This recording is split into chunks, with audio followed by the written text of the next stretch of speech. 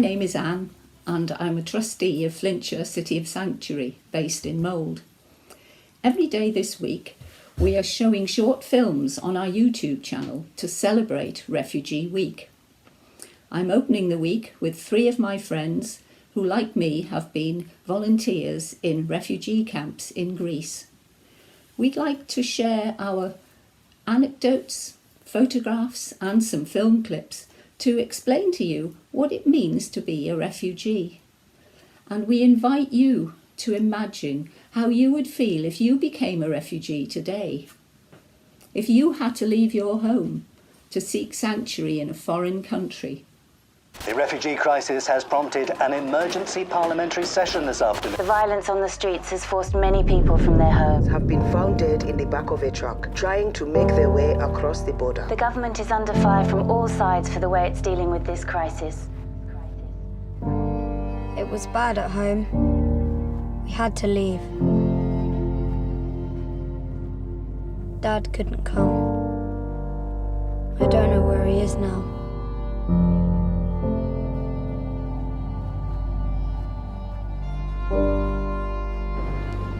Mum says we're going somewhere safe.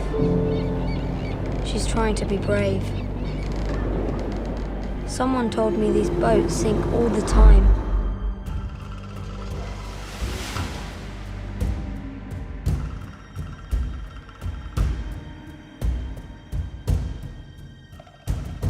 We couldn't stay in London.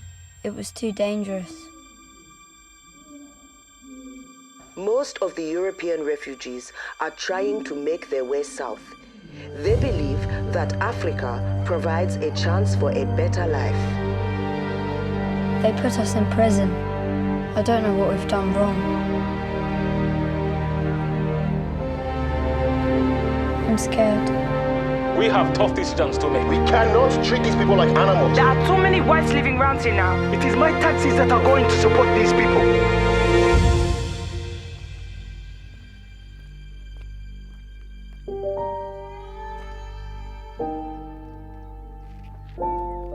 With no end in sight to the migrant issue, the government must be wishing that the problem would just go away. But that doesn't look likely. Back to you.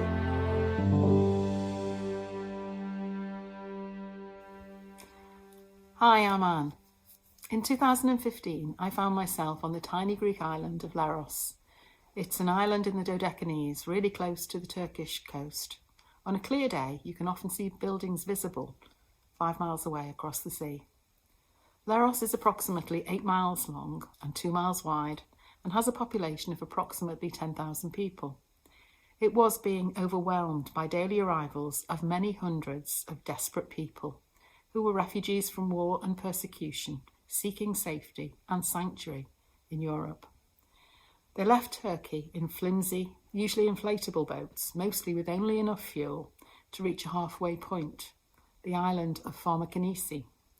This is a rocky area of land in the middle of the sea. It has no beaches, so when the boats arrived there, people had to clamber out and, from the sea, climb the rocks to a position of safety. People of all ages, from newborn to extremely elderly, infirm, heavily pregnant, disabled, and many, many children. There was no shelter for them on this island from the sun or wind, and they remained there until they were rescued by the Laros Coast Guard, which could be a period of hours or sometimes days. There is a military outpost on the island, but nothing else. On arrival at Laros port, people were cold, wet, unsure of how they would be received, and herded into tightly controlled groups by the port police. They were exhausted after what had often been a terrifying journey, but very grateful to be safe on land. There was no proper provision. Groups of volunteers, both locals and visitors, were doing their very best to provide the most basic of help. After initial registration at the port, arrivals were walked in file to the small compound of the port police station. It was a bare yard with 1 toilet and 2 taps. People had to stay here for an initial period until the first part of their registration was complete. This sometimes took a couple of days. They were not allowed to leave during this period, and they slept on the ground, often several hundred people crammed into a very small space. When they were allowed to leave, they were moved to other areas of dilapidated buildings and tents which had been supplied by the UNHCR. My background was nursing, and I was able to be of practical help. One day I was asked by the UNHCR translator to accompany him to help a young mother who had recently delivered a baby. In entrenched NHS mode, I replied nervously that I wasn't a midwife, and he said, "But Anne, the deed is done, so basically, get on with it." I went with him to a large dilapidated building, whose crumbling structure probably housed a couple of hundred refugees. The roof and windows were broken, water ran down the walls. We went into a room which was dilapidated and bare, with crumbling plaster on the walls. In the corner were two young women, sitting on a thin plastic mat. One held a newborn in her arms. The translator spoke to her and asked what she needed for the baby who had been born just a few days earlier.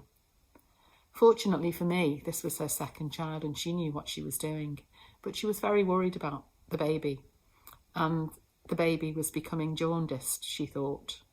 She explained that in her culture, it was usual in this circumstance for the mother to eat raw garlic and then feed her baby.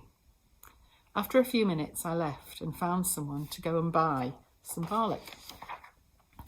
I took this back to her, and the relief and gratitude on her face made my eyes well up. She asked so little and was so very grateful. I had to turn away and try and compose myself. I had about 30 seconds standing on my own, trying to make sense of things, when a small boy came and tugged on the back of my shirt, saying, "Lady, lady, shoes, shoes." This was a very common refrain. Shoes were desperately needed. In fact, one man in particular was so insistent every time he saw me, he said, "Shoes," that I had to tell him that my name wasn't Shoes, it was Anne. This story was one I wanted to share because to me, it perfectly illustrates the fact that although we're not in a position to solve the refugee crisis, we're all able to do something, however small, to help and make desperate people's lives easier. Who would ever have thought that a bulb of garlic would make such a difference to a young mother worried about the safety of her newborn and very precious baby? Hello, my name is Louise and I'm from the small market town of Mold in North Wales. One of those volunteering trips was back in September 2018 to a refugee camp in Serres, which is in northern Greece. A friend and I spent a week there working with volunteers from all over the world, all part of an incredible organisation called Lifting Hands International. The camp at Serres was set up specifically for Yazidi refugees, survivors of the terrible genocide that happened in 2014 that took place in northern Iraq, killing more than 5,000 people, with many more thousands kidnapped and held captive. At the time, this particular camp was home to 800 people. It was at this camp that I met an inspiring, courageous and resilient young woman. Her name was Asifa, and at the time she was just 17 years old. That week, she was part of a group of 25 young Yazidi women aged between 13 and 37, who were all students of a week-long yoga teacher training course being run by an incredible organisation called On Power. On Power empowers refugees to lead themselves in the healing practice of trauma-informed yoga. Their training, which is run in countries all over the world, equips refugees with the skills to create a safe space within their own communities in which men and women can relieve anxiety and at the same time build confidence and self-esteem. Asifa was doing this training along with her sisters Alia, Atifa and their mum Cherie, and it was such an honour to be invited to join these dedicated and enthusiastic women for a day. During the break times, I had the opportunity to talk to Asifa, and this is when she shared some of her heart-wrenching story with me. She had recently written it up in the form of a blog as she wanted other people to understand the situation for Yazidi refugees and actually refugees worldwide. Her hope was that one day her country would be safe enough to return to, that her family and friends would be able to meet there again and go back to living their simple life. I'd like to share with you some of the 5-year journey that Asifa had travelled by the time I met her. Asifa was brought up in Shingal in northern Iraq. She lived in a small town there where she went to school with her friends, and after school she would go to her father's market to help him with his work. She was very happy with her life, enjoyed playing with her friends and living in a very simple way. She was just 14 years old when the genocide happened, and she, along with thousands of others, were forced to flee their homes and walk for many days over the mountains in search of safety. The conditions were harsh, and with limited food supplies and water, many people died. Her journey brought her first to Kurdistan, where they had no choice but to sleep on the streets for 2 weeks as there was nowhere for them to go. Eventually they were moved to a small village, and later to a refugee camp where Asifa spent 2 years. She was able to go to school there, and she worked as a volunteer with an organisation to help other children forget the trauma of war. The situation in Iraq, though, wasn't safe, and so they decided to travel to Europe to live safely and without war. Asifa and her family had a very difficult journey through Turkey to get to Greece, walking long distances on foot, and finally arrived in Greece only to be imprisoned by the Greek police for 15 days. 60 people in a small jail with limited food and no shower or washing facilities.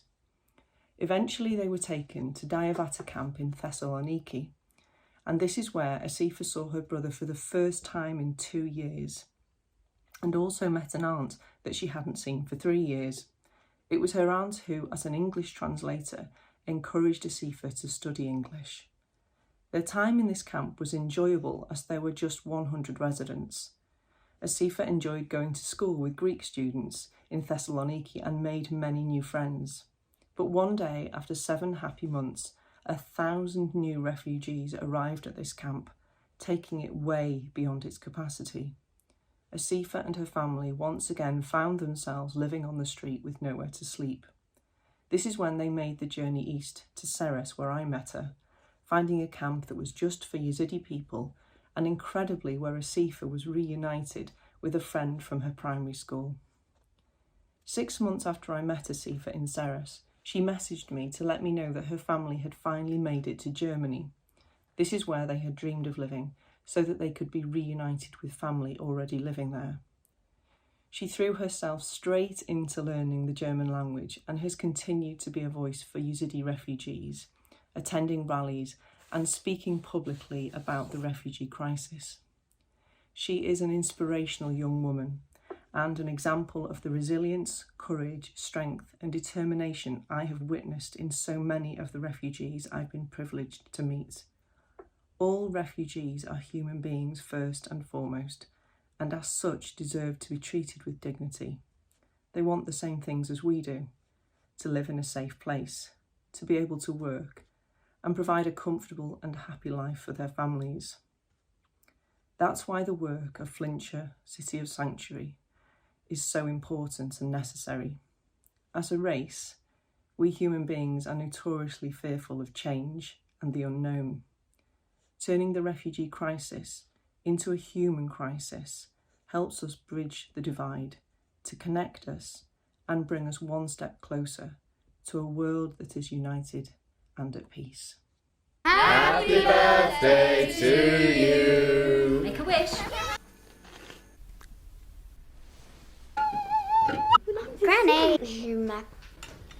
Hello. Have you done your homework? Ada! For a general strike. Ready or not? Here it comes. Violent clashes with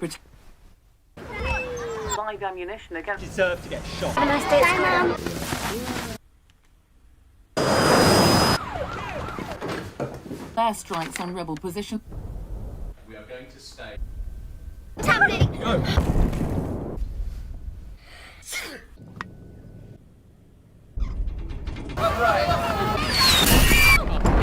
Heavy fighting in Richmond.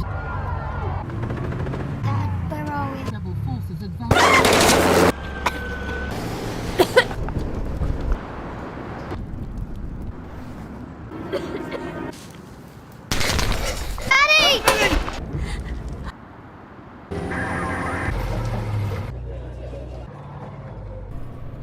Happy birthday to you. Make a wish, darling.